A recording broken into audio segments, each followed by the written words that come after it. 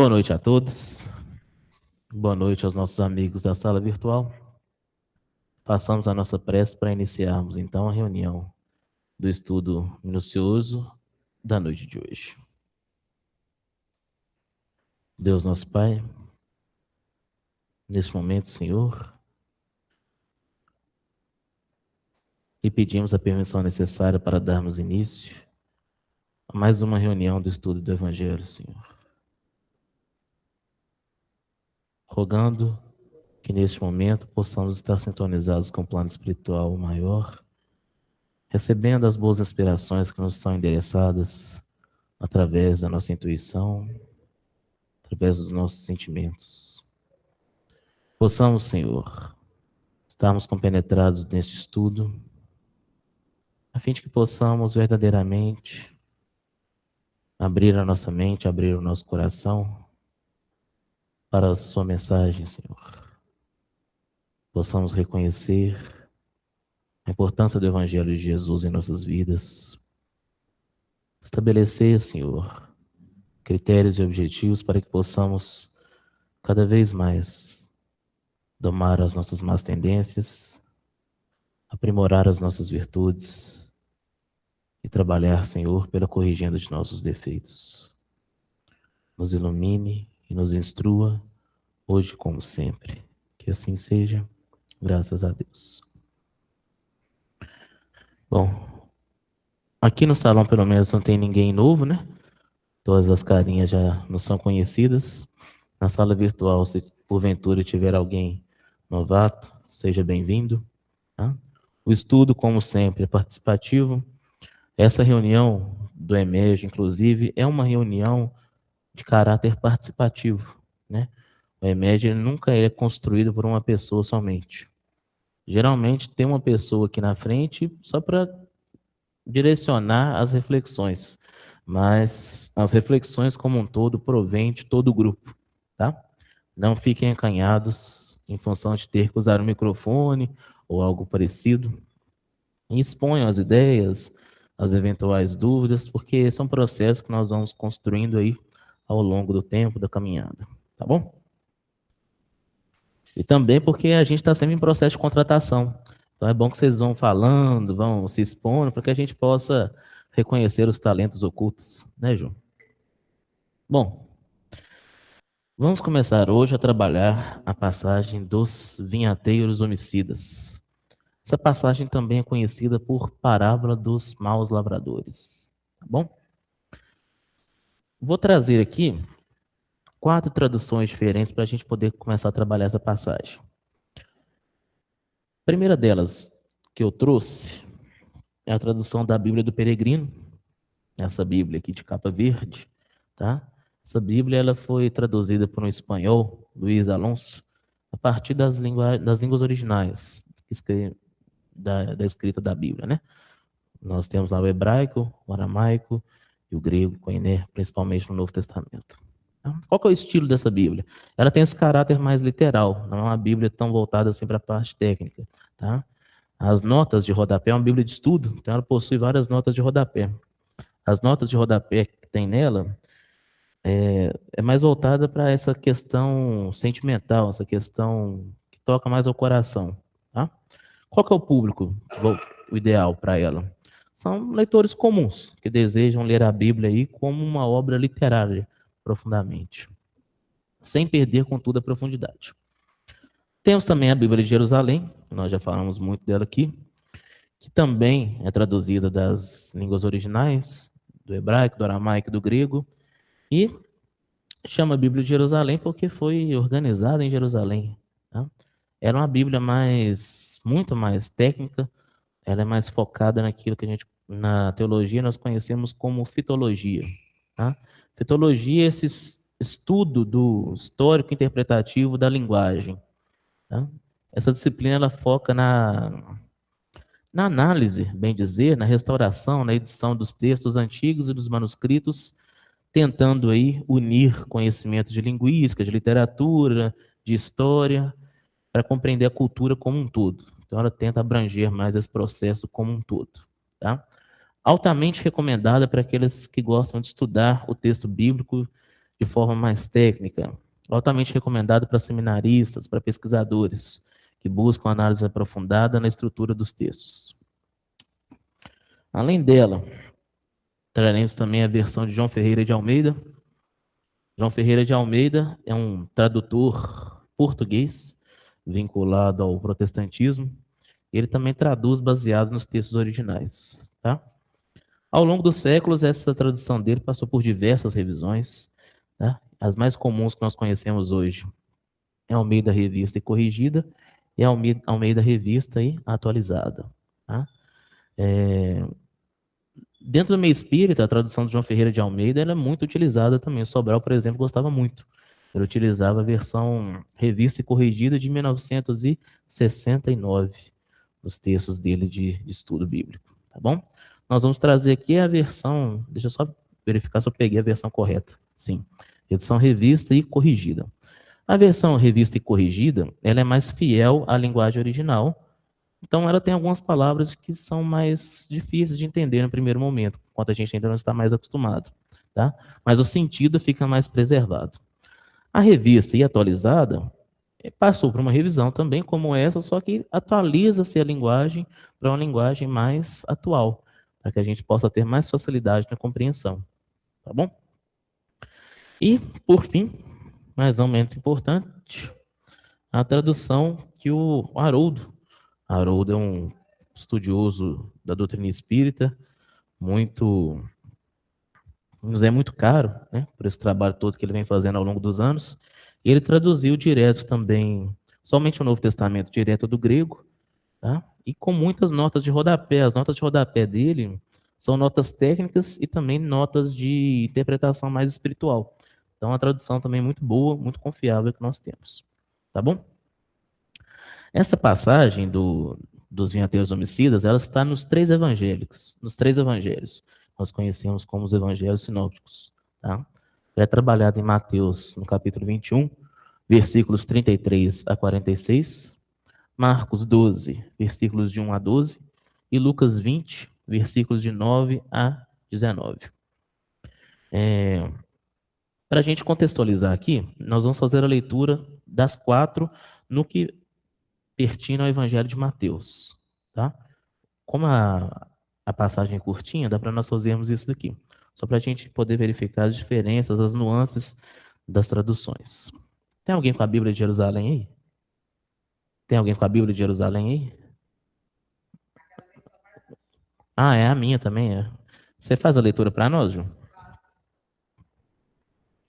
Ave Maria. Ah, não, aí já são 5. Aí, não, vamos falar nas 4.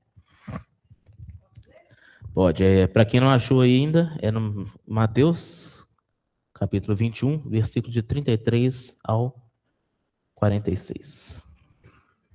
Então vamos lá, a partir do versículo 33, Bíblia de Jerusalém.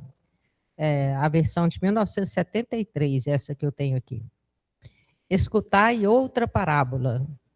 Havia um proprietário que plantou uma vinha, cercou-a com uma sebe, abriu nela um lagar e construiu uma torre. Depois disso, arrendou-a a vinhateiros e partiu para o estrangeiro. Chegada a época da colheita, enviou os seus servos aos vinhateiros para receberem os seus frutos. Os vinhateiros, porém, agarraram os servos, espancaram um, mataram outro e apedrejaram o terceiro. Enviou de novo outros servos em maior número do que os primeiros, mas eles os trataram da mesma forma. Por fim, enviou-lhes o seu filho, imaginando, irão poupar o meu filho. Os vinhateiros, porém, vendo o filho, confabularam. Este é o herdeiro. Vamos, matemo-lo e apoderemo-nos da sua herança. Agarrando-o, lançaram-no para fora da vinha e o mataram. Pois bem, quando vier o dono da vinha, que irá fazer com esses vinhateiros? Responderam-lhe, certamente destruirá de maneira horrível esses infames e arrendará a vinha a outros vinhateiros, que entregarão os frutos no tempo devido. Disse-lhes então Jesus: Nunca lestes nas Escrituras? A pedra que os construtores rejeitaram tornou-se a pedra angular. Pelo Senhor foi feito isso, e é maravilha aos nossos olhos? Por isso vos afirmo que o reino de Deus vos será tirado e confiado a um povo que produza seus frutos. Os chefes dos sacerdotes e os fariseus, ouvindo as suas parábolas, perceberam que se referia a eles. Procuravam prendê-lo, mas ficaram com medo das multidões, pois que elas o consideravam um profeta. Jussara, na sua versão aí tem o versículo 44? Ele está aqui entre parênteses, na letrinha B, e tem uma nota de rodapé. Ah, tá bom. Daqui a pouco nós vamos falar sobre ele, então. Ah, então tá. Tem a nota aí também, né? Tem. É, 44 ele tem uma particularidade. Mas eu vou ler aqui agora a tradução de João Ferreira de Almeida, tá? Obrigado, viu, João?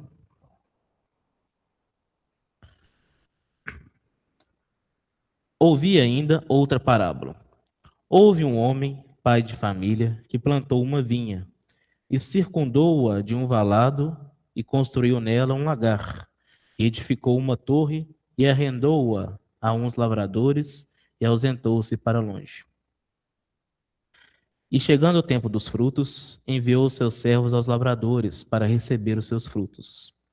E os lavradores, apoderando-se dos servos, feriram um, mataram outro e apedrejaram outro.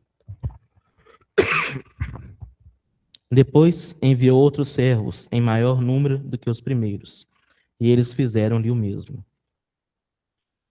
E por último enviou-lhe seu filho, dizendo: terão respeito a meu filho.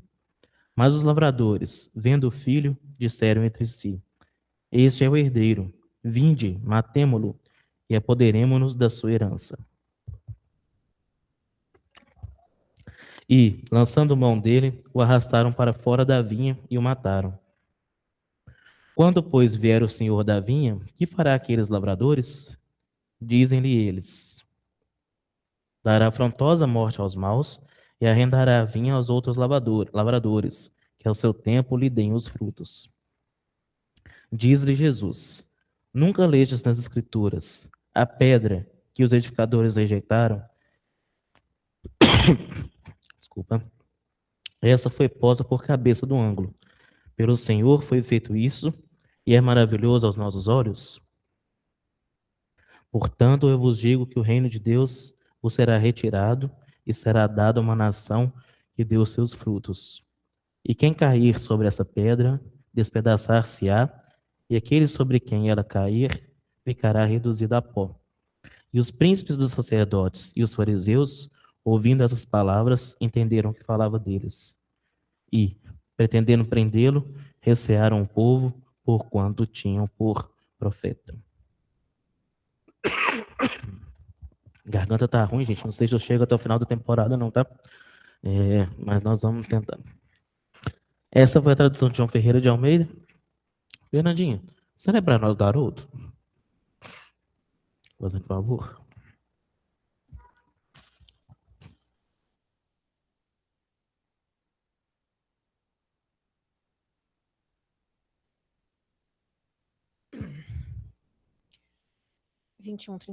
né? Outra parábola. Havia um homem, senhor de casa, que plantou uma vinha, circundou-a com uma cerca, cavou nela um lagar, construiu uma torre, arrendou-a a agricultores e ausentou-se do seu país. Quando se aproximou o tempo dos frutos, enviou seus servos aos agricultores para receber seus frutos. E os agricultores, tomando os seus servos, açoitaram a um, mataram a outro e apedrejaram outro. Novamente, enviou outros servos em maior número que os primeiros, e fizeram-lhes do mesmo modo. E por último, enviou-lhes seu filho, dizendo: respeitarão a meu filho. Mas os agricultores, vendo o filho, disseram entre si: este é o herdeiro, vamos, matemo-lo e apoderemo-nos da sua herança. E tomando-o, lançaram-no fora da vinha e o mataram. Então, quando vier o senhor da vinha, que fará aqueles agricultores? Eles lhe dizem: fará parecer horrivelmente malvados e arrendará a vinha a outros agricultores que lhe entregarão os frutos a seu tempo. Jesus lhes diz: nunca lestes nas Escrituras a pedra que os construtores rejeitaram?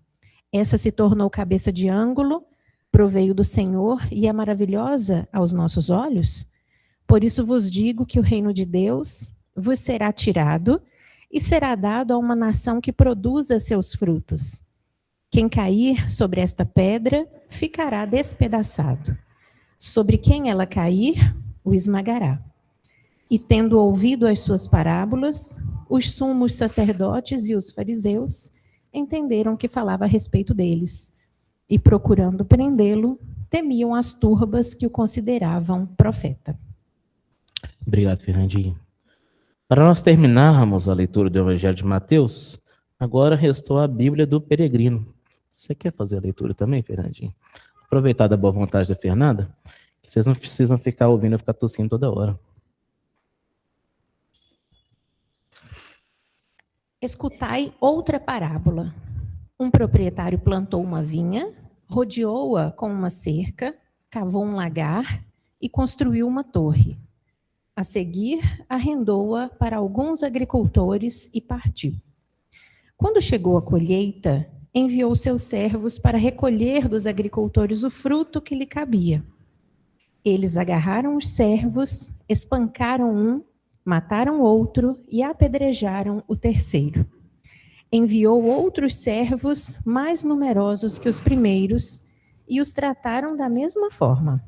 Finalmente, lhes enviou seu filho, pensando que respeitariam seu filho. Mas os agricultores, ao ver o filho, comentaram: é o herdeiro, vamos matá-lo e ficar com a herança. Agarrando-o, lançaram-no fora da vinha e o mataram. Quando voltar o dono da vinha, como tratará aqueles agricultores? Responderam-lhe, certamente destruirá aqueles malvados e arrendará a vinha a outros agricultores que lhe entreguem seu fruto na colheita.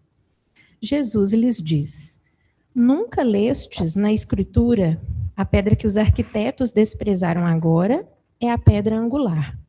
É o Senhor quem fez isso e nos parece um milagre? Por isso vos digo que vos tirarão o reino de Deus e o darão a um povo que dê os frutos devidos. Quem tropeçar nessa pedra se despedaçará. Aquele sobre o qual ela cair ficará esmagado. Quando os sumos sacerdotes e os fariseus ouviram suas palavras, compreenderam que falava deles. Tentaram prendê-lo, mas tiveram medo da multidão que o tinha como profeta. Não teve muita diferença entre as traduções, né? Eu não encontrei nenhuma diferença relevante aqui.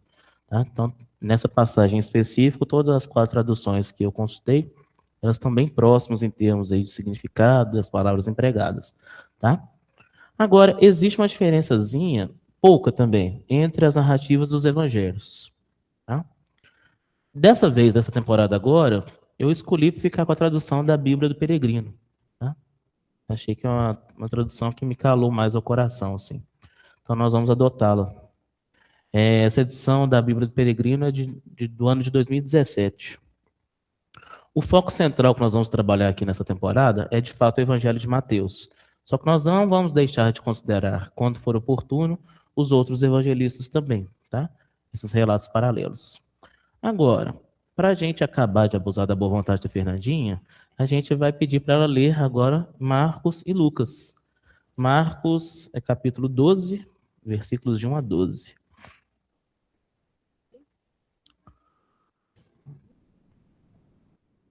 Aqui. Então, Marcos 12 é intitulado Os Vinhateiros. Pôs-se a falar-lhes em parábolas. Um homem plantou uma vinha, a rodeou com uma cerca, cavou um lagar e construiu uma torre. Arrendou-a para uns agricultores e partiu. Na colheita, enviou um servo aos agricultores para cobrar sua parte do fruto da vinha. Eles o agarraram, o espancaram e o despediram sem nada. Enviou-lhes um segundo servo, feriram-no na cabeça e o injuriaram. Enviou um terceiro e o mataram. Enviou muitos outros, a uns espancaram, a outros mataram. Sobrava-lhe um, o seu filho querido, e o enviou por último, pensando que respeitariam seu filho. Mas os agricultores disseram entre si: é o herdeiro, vamos matá-lo, e a herança será nossa. Então o mataram e o julgaram fora da vinha. Pois bem, que fará o dono da vinha? Virá, acabará com os agricultores e entregará a vinha a outros. Não lestes aquele texto da Escritura? A pedra que os arquitetos rejeitaram se tornou a pedra angular? É o Senhor quem o fez e nos parece um milagre? Tentaram prendê-lo, pois compreenderam que a parábola era sobre eles.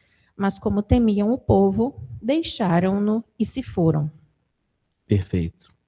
Para encerrar agora, Lucas capítulo 20, versos de 9 a 19.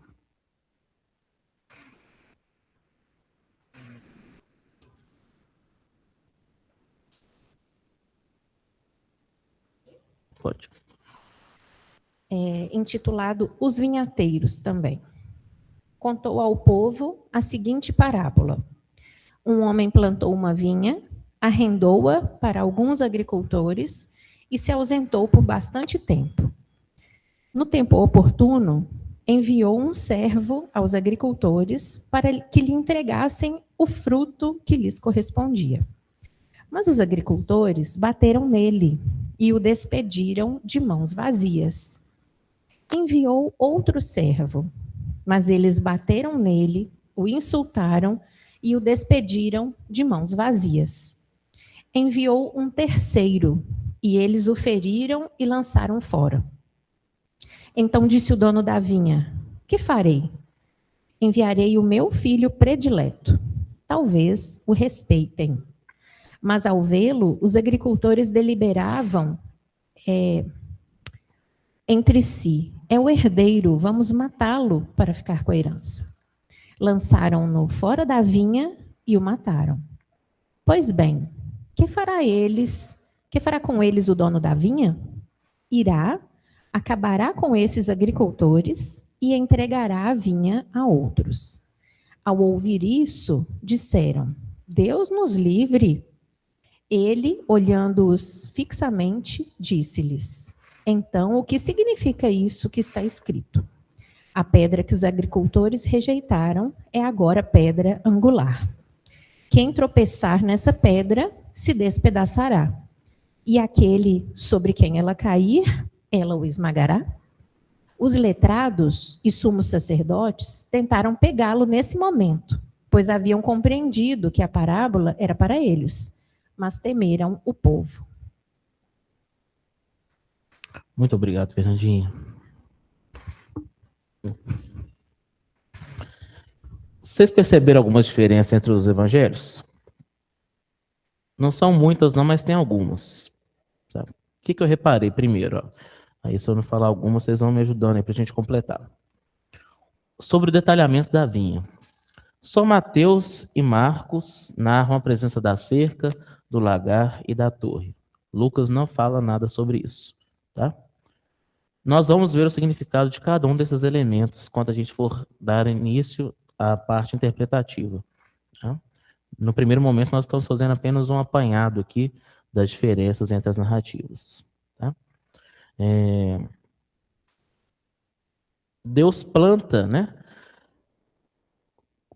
Por que Lucas não fala sobre isso? É importante a gente entender isso também. Porque o público que Lucas estava conversando, estava escrevendo, era um público diferenciado. Por quê? Para quem que Lucas escreve o evangelho dele? Não. Mas Lucas escreve o evangelho dele para Teófilo, vocês lembram? Isso. Lucas com base nos relatos de Maria ali também, né? Só que ele endereça o evangelho dele a Teófilo, tá?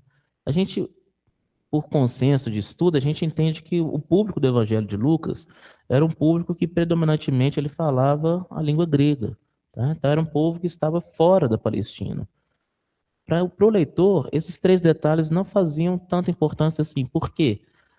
Porque nós vamos ver que essa história de Jesus começa, na verdade, em Isaías. É em Isaías que vai ter a presença desses 3 elementos que os 2 evangelistas narram, mas que Lucas não traz, tá? Então a vinha, essa cavar nela, ou lagar, edificar uma torre, vai estar presente lá no Antigo Testamento. Para o povo que estava fora da Palestina, aquilo ali não tinha tanta relevância. Então talvez por isso Lucas não tenha mencionado isso, tá? Mas é só um detalhe, mas mais para frente a gente vai aprofundar nisso. Um outro ponto, na quantidade e no tratamento dos servos. Por quê? Em Mateus nós temos 2 grupos de servos. O segundo grupo é maior e sofre ainda mais violência. Em Marcos, a sequência é progressiva. É um grupo, outro grupo e muitos. Um servo, muitos, outro servo e muitos servos, tá?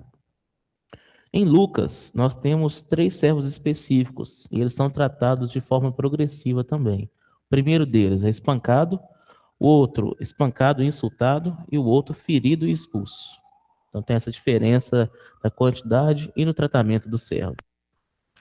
A respeito do julgamento dos vinhateiros também tem, por quê? Uma diferençazinha. No verso 9 de Marcos e no verso 16 de Lucas, dá a entender que Jesus mesmo profere a sentença do julgamento. Agora, no verso 41 de Mateus, parece que foi o público que estava presente ali quem declarou o julgamento dos vinhateiros. Tá? Vocês estão guardando tudo? Então, né? Das diferenças, né? Tá, que bom. Também tem uma questão sobre o filho querido, porque apenas Marcos e Lucas mencionam que o filho era querido, que era um filho amado. Tá? Essa questão do filho amado aparece em alguns outros momentos do Evangelho. Vocês lembram no batismo? Aparece no batismo. Aparece também na transfiguração. Tá? Então é como se ele estivesse dando a entender que fala justamente desse caráter messiânico do filho.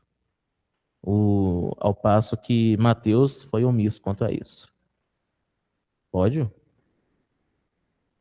Eu vou aproveitar essa sua deixa aí sobre Mateus, porque talvez Mateus não tenha usado o amado ou o querido, porque ele achou desnecessário. Sabe por quê? Ele me chamou muito a atenção na primeira leitura, o Mateus ter usado o reino de Deus. Raramente ele usa reino de Deus, porque ele escreve para judeus, né? E os judeus tinham aquela coisa da proibição de falar o nome de Deus. Sim. Então, Mateus usa reino dos céus, em toda parte. E as interpretações, inclusive, né? As interpretações espíritas, é a mesma coisa. Reino dos céus e reino de Deus, no Evangelho, está querendo se referir à mesma coisa. O Mateus só não usa reino de Deus por essa causa. É o público, como você está colocando, o público a quem ele se dirigia era o público judeu que já tinha isso, né, proibido de falar o nome de Deus. E o público judeu sabia muito bem o filho, quem que era esse filho. Sim. Se o dono mandou o filho, ele mandou a carta máxima, né? Então não precisava falar que era querido, mandou o poder máximo que o senhor da vinha poderia mandar, né? E usa a expressão reino de Deus, isso ficou muito marcado. Outra coisa que eu achei interessante foi a beleza das diferentes traduções, né? Porque você vê que a mesma palavra que foi dita lá atrás, nós lemos ela de 3 formas diferentes aqui. Vinhateiros, agricultores e lavradores. Né? É o coração, como você falou, eu senti que a Bíblia do Peregrino foi uma tradução que me tocou mais nessa passagem. Você disse isso aí, né? Sim. Então, é o sentimento, é aquele que toca as criaturas, né? Então, essas pequenas diferenças são responsabilidade e, ao mesmo tempo, um mérito de cada um dos tradutores, porque cada um deles vai alcançar corações diferentes na forma de escrever, né, na forma de traduzir, e todas elas respeitando a proximidade com os originais para trazer de forma o mais fiel possível Nós estamos falando aqui das excelentes traduções, né? Sim. As melhores que nós temos acesso para tentar compreender o Evangelho de Jesus. Então, isso é belíssimo. Outra coisa que eu aprendi sem precisar usar o dicionário, que a palavra sebe, que está aqui na Bíblia de Jerusalém, significa cerca nas outras traduções. Ah, que lindo, Jé. Coisa boa, né? A gente poder navegar assim nas diferentes traduções, nos diferentes autores, nos diferentes evangelhos, perceber essas sutilezas de diferenças, porque, ao contrário de parecer que alguém mentiu, porque quando a gente ainda está muito no princípio, e você vê duas interpretações diferentes, um evangelista falando que eram 3 servos, outro não. Não é esse monte, não mandou 3 vezes, não mandou 3 vezes. Aí vira aquela coisa, né? O Lucas não matou ninguém, eu achei isso ótimo. Os servos que ele envia, nenhum morreu. Ele deixou a morte para ser aquela coisa trágica somente ao filho querido, né? Sim. Os outros 2 já matam o último servo lá. Tem, como você trouxe, um grupo, 2 grupos, é igual os anjos que estavam lá quando Jesus ressuscitou. O túmulo estava vazio. Tem evangelista que fala que era um anjo, o outro fala que é 2, e o outro fala que tinha um monte. Tinha um monte lá de anjos. Então, a gente é obrigado, é constrangido diante do evangelho a deixar a letra em favor do espírito que vivifica.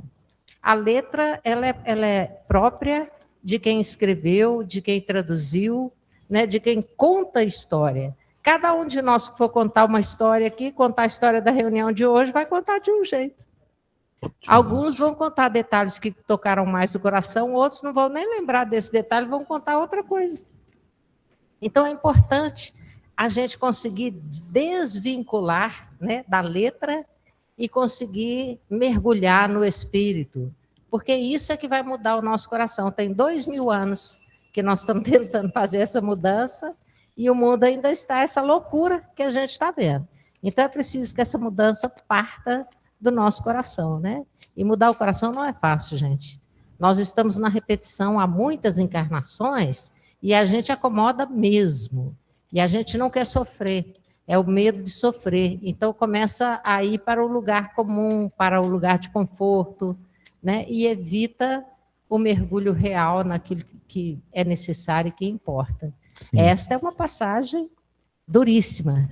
Quem pode ouvir, né? Como diz Jesus, quem pode ouvir? Quem tem ouvidos, ouça. Né? Obrigado, viu? Obrigado, Ju. Voltando no comecinho da fala da Jussara, então o Mateus ele escreve para um público muito bem direcionado. Então é como se fosse a gente conversando com um amigo nosso, não precisa da gente falar tudo, né? O amigo consegue compreender nas entrelinhas o que nós queremos dizer. Né? A ordem dos assassinatos aqui mudam, tá? Deixa eu só pegar aqui a referência certinha. Lucas 20, 9 e 19.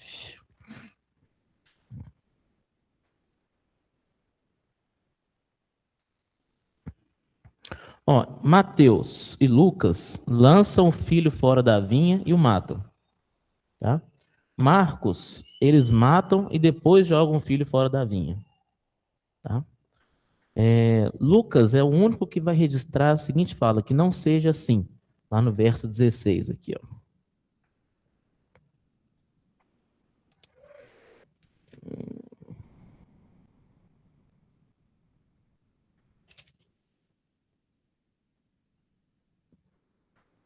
Essa Bíblia aqui tá com mais letra do que o de normal. Deixa eu... não tem... Aqui, ó.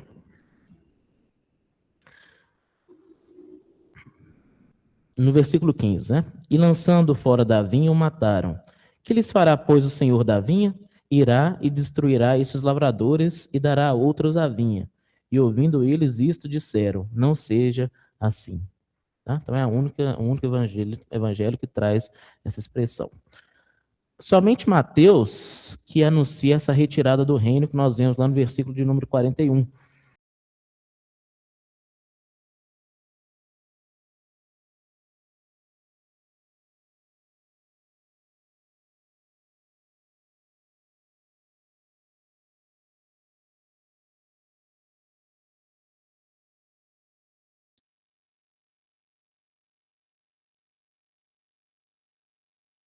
E por último, aqui que eu percebi de diferença, é que Mateus e Lucas, eles mencionam que aquele que cair sobre aquela pedra ficará em pedaços.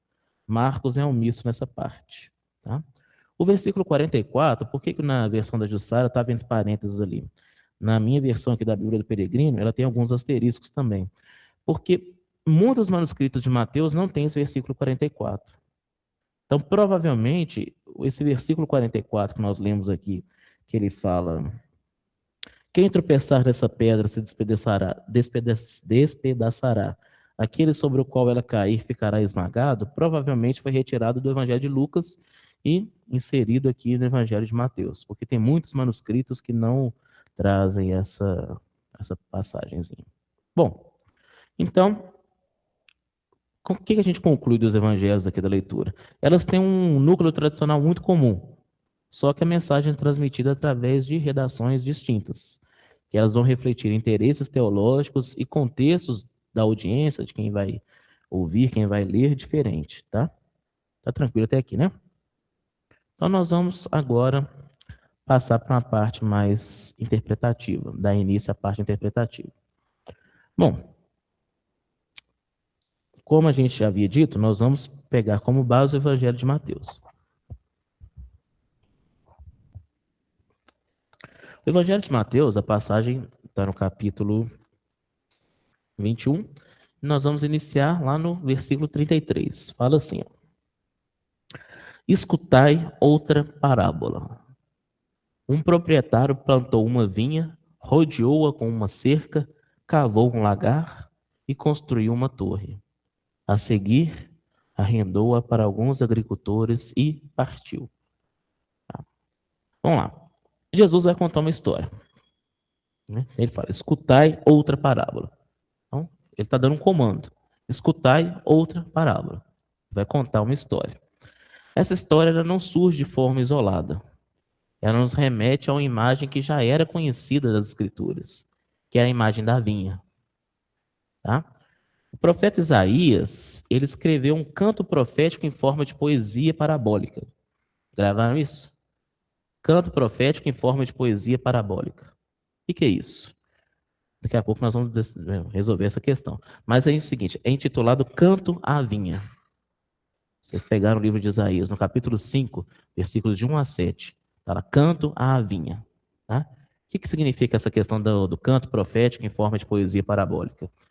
Foi apresentado como uma canção, ou um poema cantado, transmitindo uma mensagem de Deus ao povo, especialmente uma advertência nesse caso. Pode servir de denúncia, pode servir anúncio de um julgamento. Só que essa mensagem poética ela é transmitida através de uma imagem ou de alguma história simbólica, semelhante a uma parábola. Tá? Então, Isaías vai apresentar esse canto profético. Agora, voltando a atenção de vocês para uma coisa só. O texto de Isaías se chama Canto à Vinha. Canto, vocês sabem o que é, não sabe? Vinha, vocês sabem o que é?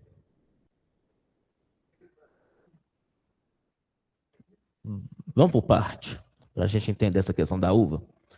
A vinha é o quê? É uma plantação de quê? Não. De videira. A vinha é uma plantação de videiras. Então, dentro da vinha tem muitas videiras ou parreiras. Não é isso? Oi? A videira tem muita coisa a ver com uva. Por quê? O que a videira produz? Uva. Isso aqui eu aprendi com o São Honório, tá? O que a uva produz? Vinho. O que é necessário para produzir o vinho? O que é necessário para produzir o vinho além da fermentação? Antes disso? A maceração, não é? Então existe um processo de transformação, não existe? A uva precisa ser trabalhada, esmagada, para que dela surja algo novo. O que essa imagem nos remete? Nos remete a uma imagem de quê? De sacrifício, de renúncia, de entrega. O que Jesus disse? Eu sou a videira verdadeira, vós sois os ramos. Os ramos produzem frutos? Não? Os ramos não produzem frutos se eles estiverem ligados à videira? Tem que produzir, não tem não? E esse processo de gerar o fruto, o que ele exige? Intimamente falando. Renúncia. Sacrifício. O que Jesus falou? Vocês vão lembrar, olha. Se aquele que quiser vir após mim, negue-se a si mesmo, tome a sua cruz e siga-me. Conseguem perceber? Se alguém quiser vir após mim, negue a si mesmo. Quando a gente nega a si mesmo, o que a gente está fazendo? É um desapego, uma renúncia. Tome a sua cruz, ou seja, assumindo aquele peso, e a partir daí você o segue. Esse é o caminho do discípulo, não é isso? O verdadeiro trabalho de servidão, ele exige que o discípulo trabalhe com essa questão da videira, com essa questão de maceração. Por isso que a Jussara falou da questão da dificuldade de implantação do evangelho nos corações há mais de 2000 anos, porque esse processo realmente exige de nós muito sacrifício, muita maceração, da gente ficar ali, ó, espremendo, esmagando, para que a gente possa aprender. No evangelho tem muitos outros exemplos de imagens da natureza, tá? E muitos desses exemplos carregam simbolismos muito profundos. Tá? Nós trouxemos aqui um, da vinha, da videira, da uva, do vinho. Agora, vocês lembram também da oliveira? Lembram? O que a oliveira produz? O que a oliveira produz? Isso, a oliva. Né? O que é a oliva? A azeitona. A oliva produz o quê? A azeitona produz azeite, produz o óleo, não é isso? Para que serve o óleo?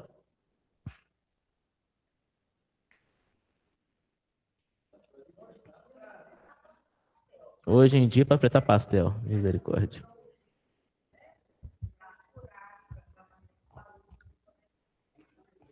Jussara está falando que já serviu para ungir, já serviu para tratar, para curar. Naquela época era como se fosse medicinal. Mas tem uma coisa que vocês não falaram ainda. O que você fazia com o óleo? Temperar salada? Sim, com certeza. Mas além disso tudo... Cláudio, para iluminar. Quem falou isso? Sônia Tomás. Muito obrigado, Sônia. Iluminar. Como que você fazia?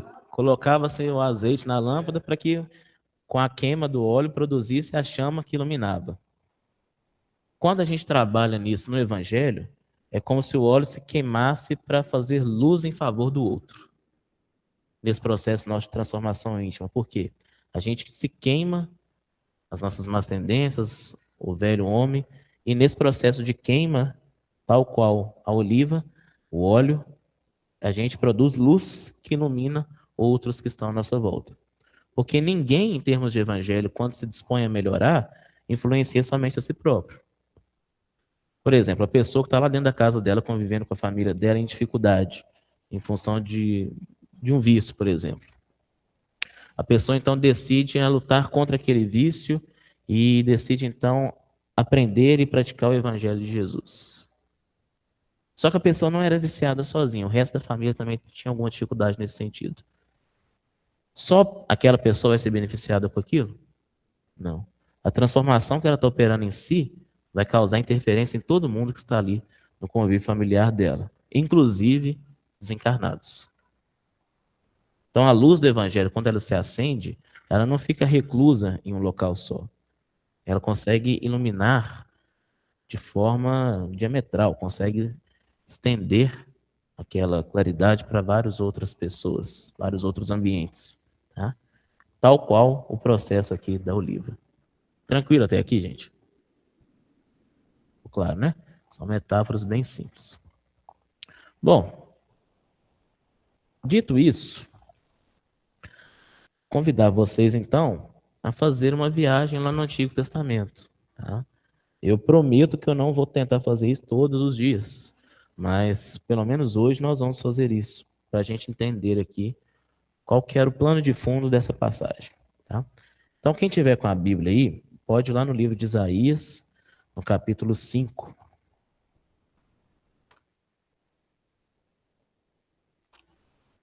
Está entre Gênesis e Apocalipse.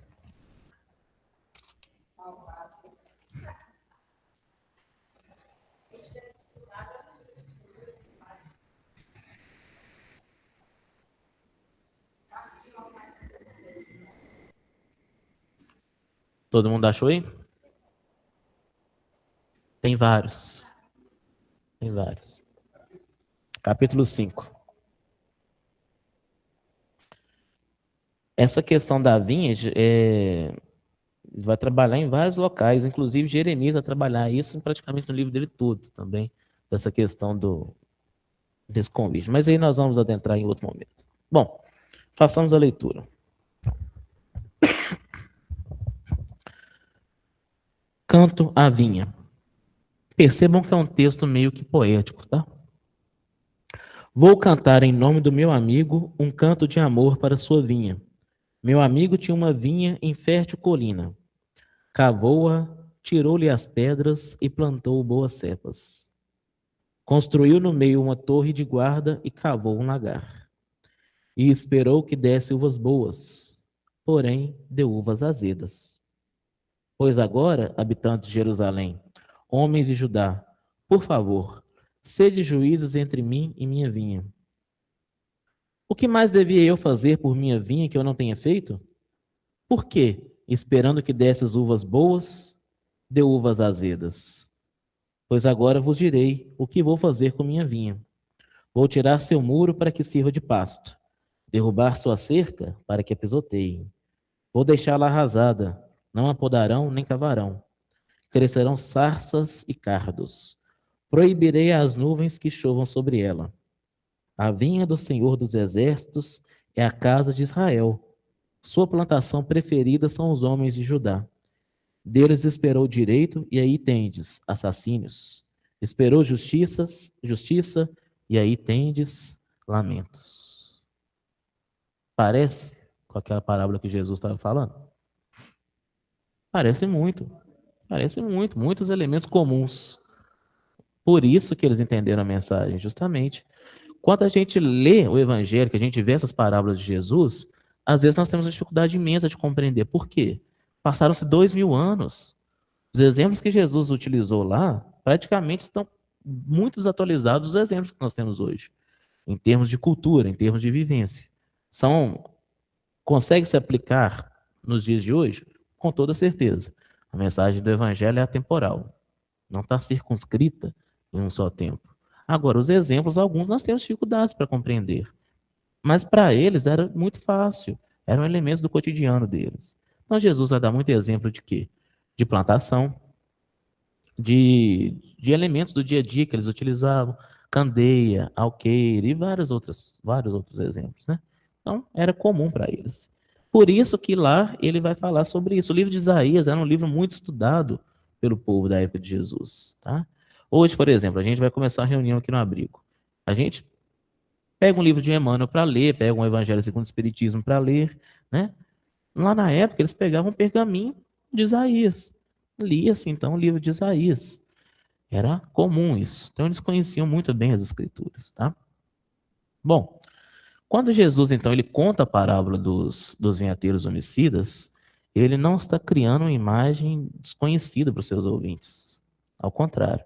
A figura da vinha, então, ela já possuía aí um significado profundo e já estava registrado nas Escrituras, especialmente por esse canto da vinha aqui, que nós lemos em Isaías.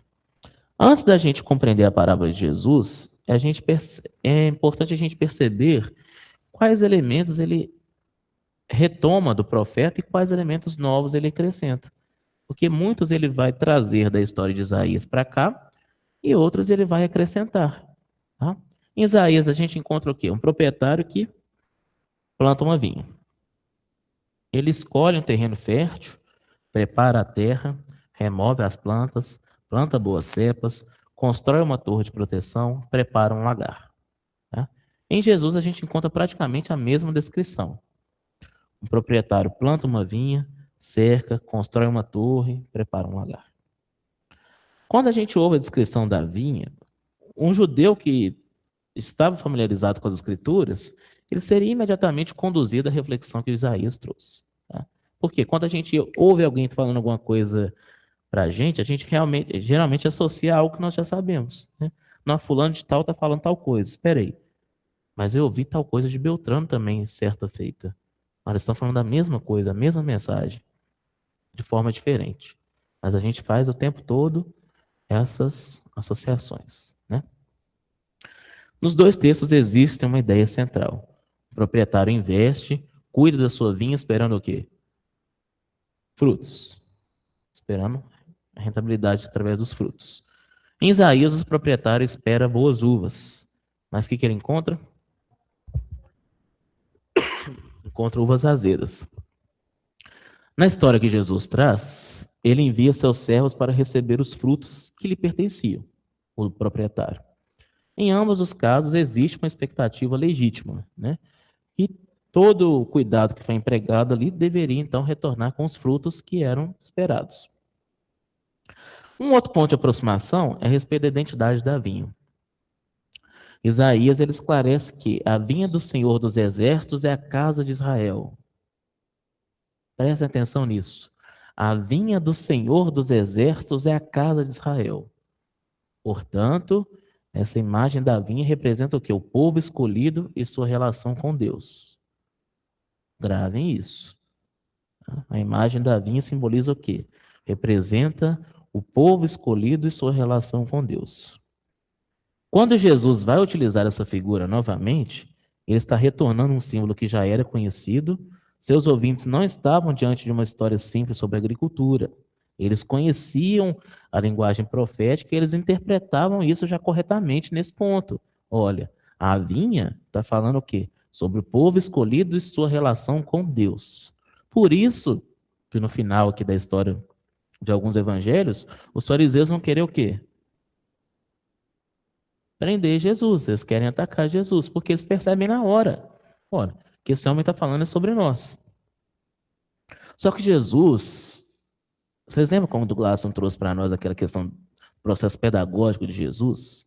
Isso é muito profundo, isso é muito bonito. Por quê? Jesus não se limita aos elementos que estavam no livro de Isaías. Tá? Por quê? Em Isaías, a vinha representa diretamente Israel. Qual que era o problema? O problema da história era a vinha. Por quê? Apesar de todo cuidado, de todo preparo, não produziu os frutos esperados. Então a acusação era como se fosse dirigida a um povo como um todo.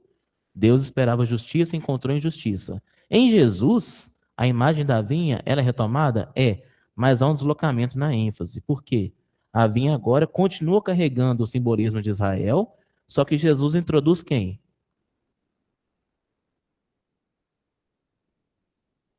Quem que não estava presente no Antigo Testamento que está presente nessa história agora? Uma dica, é o nome da parábola que nós estamos trabalhando. Os vinhateiros. Os vinhateiros. Não tem Isaías, está presente aqui na figura, na parábola de Jesus.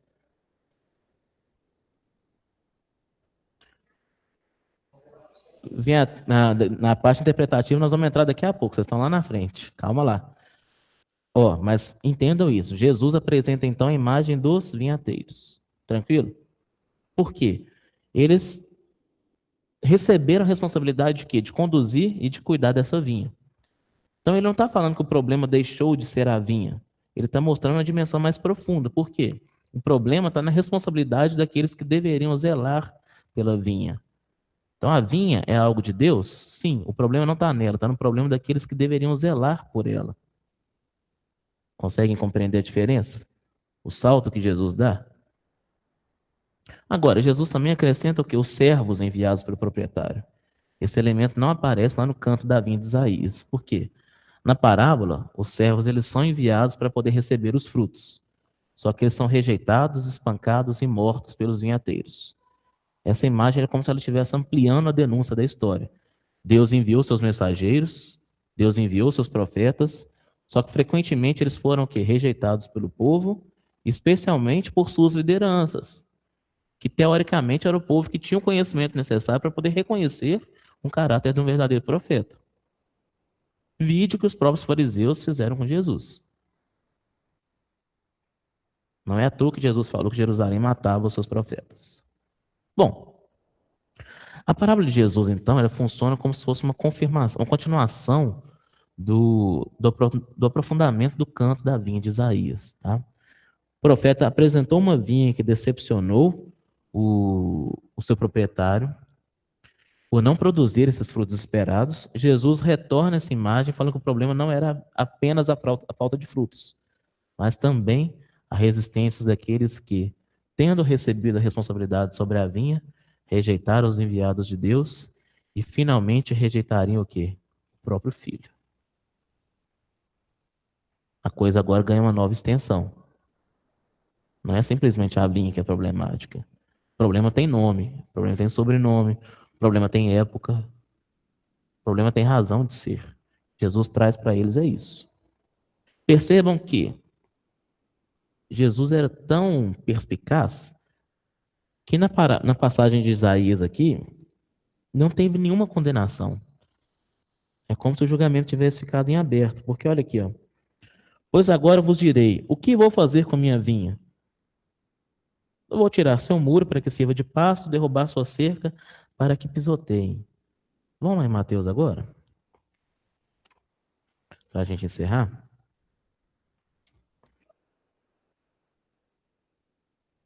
Jesus pergunta para eles: quando voltar o dono da vinha, como tratará aqueles agricultores? Respondem-lhe: certamente destruirá aqueles malvados e arrendará a vinha a outros agricultores que lhe entreguem seu fruto na colheita. O que Jesus fez? O problema que existia no Antigo Testamento, que eles já sabiam que falava sobre a casa de Israel, foi plenamente resolvido por eles mesmos aqui no Novo Testamento, e eles mesmos deram a sentença daquilo que eles estavam fazendo de errado. Por isso que eles ficaram tão indignados quando eles entenderam o que Jesus estava fazendo. Um tiro no pé. Jesus não era bobo não, né, gente? Bobo é nós. Tranquilo? Nós vamos ficando por aqui. Nós sermos disciplinados com o horário. Semana que vem a gente retorna. Hoje foi o primeiro dia inicial, mas tem muita coisa pela frente interessante ainda para nós trabalharmos, tá bom? Agradeço a paciência de vocês, principalmente com essa garganta defeituosa. Espero ter condições de consertá-lo durante os próximos 7 dias. É isso. Eu agradeço em nome não só da gente aqui da coordenação do EMED, mas de todos, né? Eu tenho certeza que é uma passagem que vai abrir a nossa percepção. Agradeço o seu esforço, a pesquisa. Estou cheia de vontade de participar, mas segurei a língua, né? Para você poder desenvolver. Vamos agradecer a Jesus, fechar os nossos olhos, agradecer por esta hora bendita que pudemos vivenciar. Jesus querido, ajuda-nos a sermos úteis, ajuda-nos que nossas uvas sejam doces. Ajuda-nos a produzir, a iluminar, a nutrir, pois as nossas relações diárias são aquelas que mais precisam de nossa atenção. Ajuda-nos a falar o bom verbo, a estender as nossas mãos, a ouvir as pessoas, a estar presente onde quer que estejamos. Abençoe os nossos lares, o nosso retorno para casa e todos aqueles a quem nos acharmos unidos pelos laços invisíveis e poderosos do pensamento e do afeto. Esteja conosco, pois só de Ti é que precisamos. Que assim seja. Bom retorno, pessoal. Até semana que vem. Tchau, tchau, pessoal de casa.